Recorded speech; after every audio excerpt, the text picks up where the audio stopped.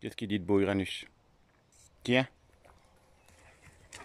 allez, en avant. Bonjour à tous pour cette balade d'Uranus après la pluie. On ne sait pas si on va pouvoir se balader dans la forêt sans mettre les bottes un jour. Alors, petite balade d'Uranus. Aujourd'hui, on a envie de partager sur la place de l'accompagnant, le thérapeute, le chaman. J'aime bien le mot accompagnant parce qu'en tout cas pour ma part, c'est ce qui me caractérise le plus. Accompagner les gens à guérir de leurs inconscients, de leur dualité, de leurs souffrances, qu'elles soient physiques, morales, et puis bien sûr pour ma part les accompagner à comprendre qui ils sont, qui ils ne sont pas, et finalement réaliser le soi. C'est en cela que j'aime bien le mot accompagnant, on accompagne. Et justement, la place de cet accompagnant est toute particulière vis-à-vis des élèves, clients, stagiaires, mettrez bien les mots que vous voudrez. Pour accompagner, c'est comme un guide de montagne finalement. Un guide de montagne, c'est qu'il a déjà fait la montagne. Si vous partez en montagne avec un guide qui n'a jamais fait la montagne, c'est-à-dire pour un thérapeute, un accompagnant qui n'a pas fait un chemin initiatique lui-même, qui n'a pas fait un travail profond d'introspection, qui n'a donc pas appris de la montagne, qui n'a jamais fait la montagne ni de jour, ni de nuit, ni par tempête de neige, il va avoir du mal à vous accompagner. Donc l'accompagnant, c'est celui qui a déjà fait la montagne de nuit avec une tempête de neige. Là, il pourra vous accompagner où la vie s'attend elle-même, c'est-à-dire au final à la réalisation du soi. Et en même temps que vous avez fait ce chemin grâce justement à vos élèves, parce que les élèves sont des clients, sont des professeurs, c'est eux qui nous permettent d'apprendre la pratique, de comprendre comment toute cette dimension holistique, complexe, physique, émotionnelle, psychique, énergétique, spirituelle, sexuelle, fonctionne, et notamment dans la petite tête d'un petit humain relativement primitif encore, et notamment tant qu'il est dans la tête duelle et limitée, on lui place du cœur infini, rencontrer qui je suis.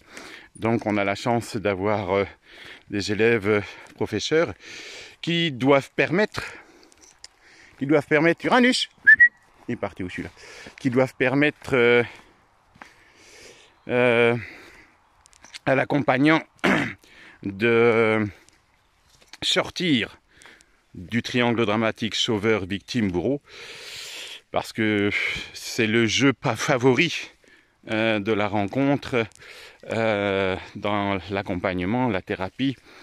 La personne arrive en mode souvent victime, elle vous demande de jouer le sauveur, et tout ça va bientôt se transformer où vous allez devenir le bourreau et vous allez tourner dans le triangle à l'infini. Et puis des clients sont plutôt experts dans le domaine. Donc si vous rentrez dans le jeu, dans le mauvais jeu de vos clients, parce que vous n'êtes pas suffisamment stable, vous n'êtes pas suffisamment assis, vous vous laissez emporter, vous laissez embarquer dans le jeu de l'autre, et vous n'êtes plus l'initiateur, vous n'êtes plus le sujet qui initie le jeu. Vous êtes... ouais, on va passer par là. Ouais, on va passer par là. Vous n'êtes plus le sujet, l'initiateur qui initie, vous êtes devenu l'objet de votre client stagiaire. Alors quand vous avez qu'un client, c'est entre guillemets, je dirais, facile d'initier, de garder sa juste place, solide comme le bambou, solide et souple à la fois, mais inébranlable, intouchable, puisque ce que je suis est intouché et intouchable en termes de présence. Et puis quand vous avez des ateliers, vous êtes peut-être déjà quelques personnes plus nombreuses et ça vous demande de rester présent, solide, stable, 1 heure, 2 heures, 3 heures, 4 heures, 5 heures. Là encore, tout ça, c'est de l'entraînement. Alors, où on va aller? Oui, on va repasser par là.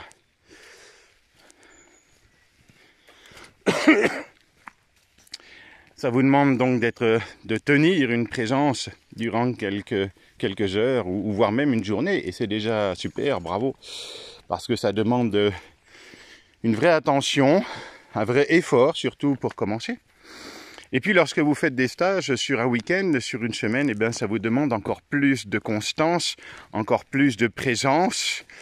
D'autant plus qu'en tant qu'accompagnant, vous allez aller remuer un petit peu les blessures, les conflits, les douleurs. On va mettre à jour des choses et ça va remuer, ce qui va emmener le client passer par les montagnes russes et tout un tas de couleurs d'arc-en-ciel. Et puis toi, en tant qu'accompagnant, si t'es pas solide, si t'as pas comme je disais, t'es le mât du bateau, t'es celui qui initie. Et si le mât est pas solide, eh bien le bateau coule. Et donc c'est toi l'initiateur qui doit avoir fait ce chemin de solidité. Sinon, chaque client, imagine, tu as 10 élèves, 15 élèves, 20 élèves, et ben ils t'embarquent chacun sur leur chemin, et puis toi, tu sais plus comment tu t'appelles à la fin du stage, et puis surtout, tu les as pas accompagnés à revenir au centre.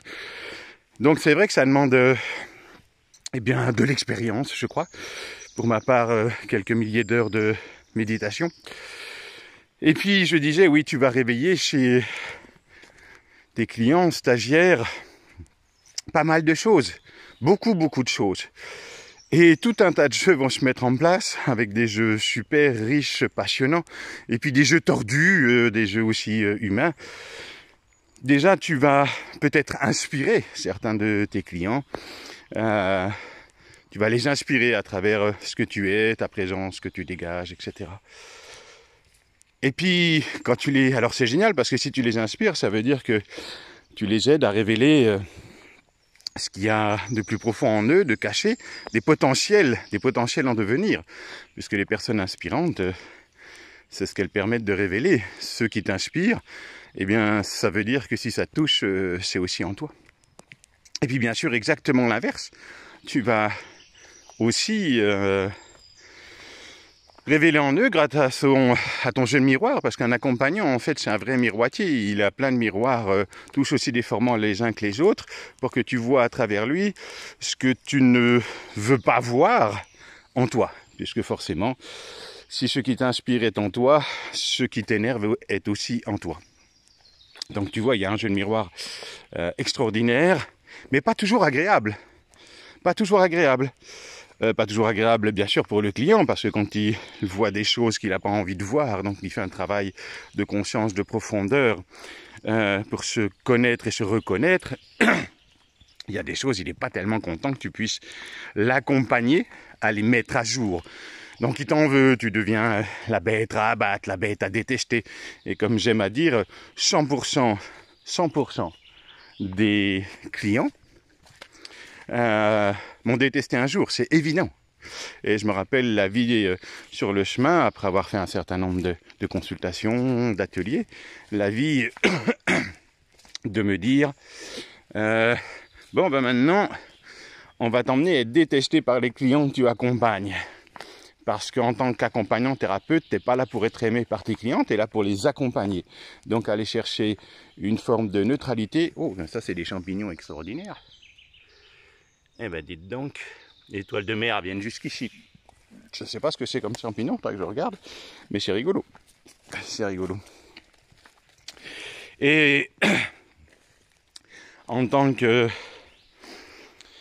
accompagnant, oui, donc la vie m'a dit, maintenant on va t'apprendre à te faire détester par tes clients parce que tu n'es pas là pour être aimé par eux.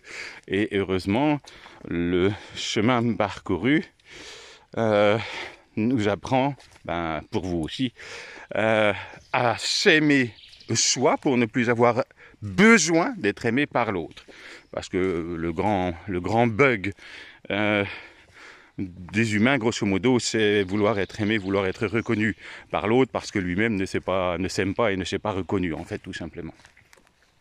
Et donc, justement, comme je ne suis pas responsable du bonheur et du malheur du client, eh bien, on va aller le chatouiller parfois là où où ça le gratte.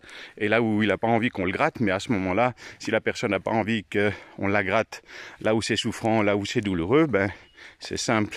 Elle reste chez elle, elle vient me bas. C'est qu'elle n'a pas envie, c'est qu'elle n'est pas sincère, c'est qu'elle n'est pas authentique dans sa démarche de profondeur. Et il y en a, et c'est ok, ben ceux-là, on les renvoie chez eux, c'est pas un souci. Justement, une des clés du chemin, en tout cas, moi ça fait 16 ans maintenant que je fais ce métier, et je fais pas de clientélisme. Je suis là pour t'accompagner, et si je t'accompagne, je te porte pas. Si je t'accompagne, tu veux t'arrêter, on fait une pause. Mais si tu veux plus avancer, moi je m'en vais. Enfin, je peux rien t'apporter. C'est toi le miracle, c'est pas moi. Je t'accompagne à faire le chemin, à faire le miracle.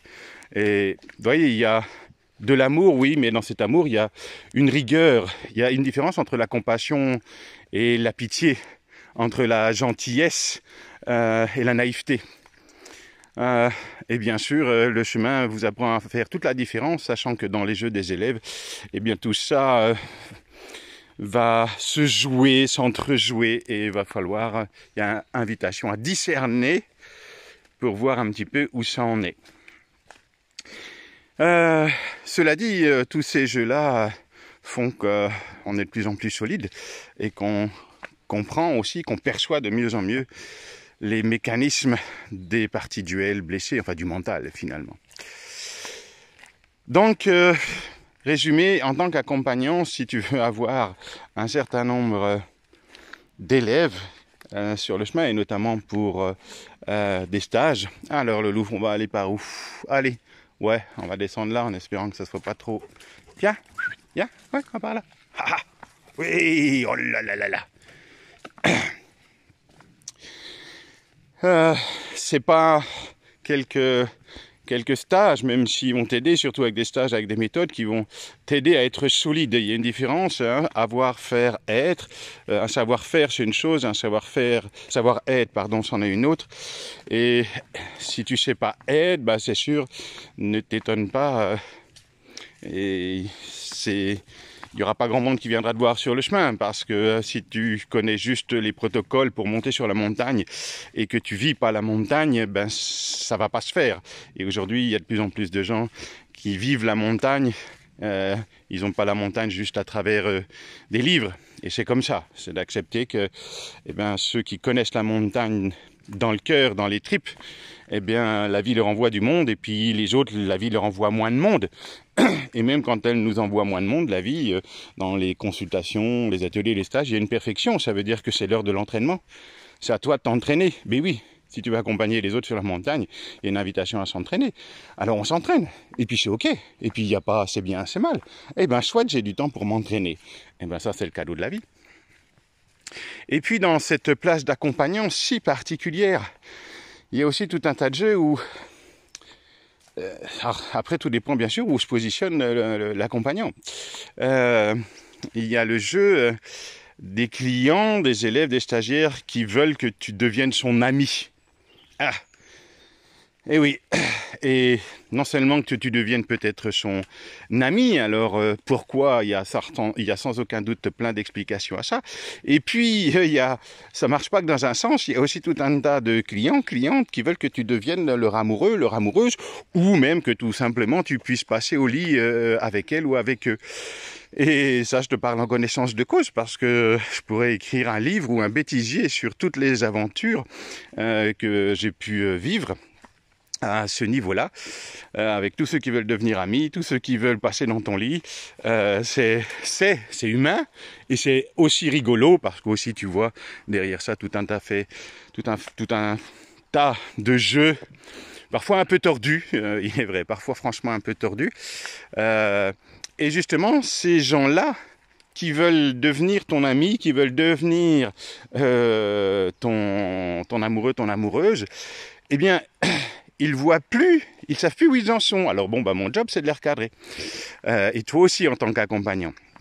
C'est-à-dire de bien leur faire comprendre quelle place chacun joue. Parce que quand, en tant qu'accompagnant, en tant que grand ours, je joue un jeu, je ne suis pas grand ours. Je joue un jeu d'accompagnant, je joue un rôle d'accompagnant. Qui te plaît ou qui te plaît pas, ça t'appartient. Et puis, les gens, ils voudraient donc que tu joues un jeu d'amis ou d'amoureuse. Et quand tu joues pas ce jeu d'amis ou d'amoureuse, et c'est parfait, parce que ils ont ça à travailler, ils sont pas contents, et puis ils passent en mode bourreau en te disant, oui, tu n'as pas fait attention à moi, oui, j'ai été très déçu de ton comportement, oui, bah parce que t'as pas eu le bijou, et puis t'es pas passé dans la chambre. Vous voyez, on peut vraiment en rire, moi j'en ris, et je le comprends aussi humainement, parce qu'humainement on a le droit d'avoir des sentiments. C'est ok, mais souvent on dit que les gourous mettent leurs élèves dans leur lit. Et effectivement, il y en a un certain nombre qui n'ont pas compris tout à fait leur rôle d'accompagnant, et non pas leur rôle d'ami ou d'amoureux. Pour ma part, en tant que grand ours, je vous dis, ça fait 16 ans et j'ai toujours bien fait la différence. Grosso modo, vous ne coucherez jamais avec grand ours, ça c'est clair. Voilà, grand ours ne couche pas. Si vous ne le savez pas, eh ben maintenant vous le savez, grand ours ne couche pas. Il y en a qui ont essayé, mais ça ne marche pas. Et puis bien sûr, on a peut-être envie donc de découvrir... Ah, qu'est-ce que c'est ça? Oh, allez, on marche en territoire. C'est tout à fait ça. Il y en a qui ont envie de découvrir Baptiste. Ah oui, et ça c'est encore un piège. Oui, pourquoi pas. Alors en l'occurrence c'est Baptiste qui choisira si il est ok pour ouvrir la porte d'une amitié. C'est pas que on n'aime pas les élèves, les clients, bien au contraire. Mais il y a une place pour chaque chose. Et puis par expérience, il est beaucoup plus difficile d'accompagner quelqu'un lorsque vous êtes devenu ami. C'est-à-dire que quand vous l'accompagnez avec un rôle de thérapeute accompagnant, vous vous positionnez, point, voilà, vous n'êtes pas là pour plaire, vous n'êtes pas de clientéliste, c'est presque facile. Je dis bien presque, hein, parce que ça demande quelques années d'expérience. Et puis quand cette personne, parce qu'il y a une affinité, devient amie, ça devient plus compliqué, parce que l'accompagnant peut-être peut moins... lui montrer un certain nombre de choses, il va être comme plus gentil, entre guillemets, mais gentil ne veut pas dire forcément justement. Il y a peut-être des choses qu'il ne va plus oser. Et puis, de l'autre côté, l'élève devenu ami, et j'en ai eu quelques-unes, eh bien, quand l'accompagnant lui dit quelque chose, et que justement la personne voit l'ami qui lui dit quelque chose, ça fait gloups. Et donc, pour l'élève, ami, c'est beaucoup plus dur de recevoir un accompagnement justement de l'ami, parce qu'il y a cette affectivité qui affecte, et c'est beaucoup plus difficile. Il faut être, pour les deux, pour l'accompagnant comme pour l'ami, il faut être beaucoup plus solide, beaucoup plus vrai, beaucoup plus authentique, parce que sinon ça met pas longtemps à clasher. J'en connais pas beaucoup qui ont résisté à l'ami de Grand Ours, donc l'ami de Baptiste. Si effectivement il y a le double jeu, parce que s'il y a juste l'ami de Baptiste sans Grand Ours, sans la thérapie, sans l'accompagnement, c'est différent, parce que moi j'ai pas envie de te changer, j'ai pas envie de te transformer. Tu es comme tu es et c'est ok, c'est mon ami, je t'accepte tel que tu es. Et là c'est différent. Mais dès que rentre dans le jeu le rôle de l'accompagnant thérapeute, pour l'ami ça va être beaucoup plus difficile. Donc tout ce chemin, voilà, tout ça pour vous dire combien parfois ça peut être compliqué de trouver sa juste place d'accompagnant, et puis pour les élèves aussi de trouver leur juste place, surtout quand eux-mêmes ne se connaissent pas, ne se rencontrent pas, ou manquent de maturité, ont du mal à se connaître et voudraient traverser l'accompagnant pour découvrir au plus profond de lui qui il est. Mais ils se sont trompés de chemin au lieu d'aller voir qui est l'accompagnant. L'accompagnant, il est là pour leur montrer qui ils sont eux. On s'en fout de savoir qui est Baptiste. Il y a Grand Ours accompagne. Et de savoir qui est Baptiste au fond de lui, il y en a peu qui le découvriront. Et parce que Grand Ours, entre guillemets, est impénétrable. Vous ne pouvez pas le traverser. D'autant plus que si vous comprenez qu'il n'y a qu'un, la vie s'amusera à ce que vous ne puissiez jamais le traverser. C'est tellement simple. Donc c'est pas la peine de vous échiner. Faites demi-tour et rencontrez-vous vous au lieu de vouloir rencontrer le thérapeute. Alors peut-être que vous cherchez à rencontrer le thérapeute d'une autre façon parce que vous-même avez un chemin d'accompagnant de thérapeute et que vous n'arrivez pas à vous rencontrer ou que vous fuyez ce chemin-là. Pourquoi vous le fuyez? Parce que ce chemin est particulièrement difficile, particulièrement exigeant. Vous voyez bien que ce qui rend difficile la vie, entre autres, sur cette terre, c'est les relations humaines. Les relations humaines, c'est pas que simple. Parce qu'on a appris à faire la guerre et pas à faire la paix. Donc c'est complexe. Et puis quand vous êtes accompagnant, vous êtes au cœur de cela. Voilà, déjà 20 minutes, ça me passe vite. Alors, je vous souhaite un bel été. Et puis en tant qu'accompagnant, prenez votre place. Et en tant qu'élève, gardez votre place. Merci, bonne journée à tous. Allez Uranus, tiens. Oh, Uranus.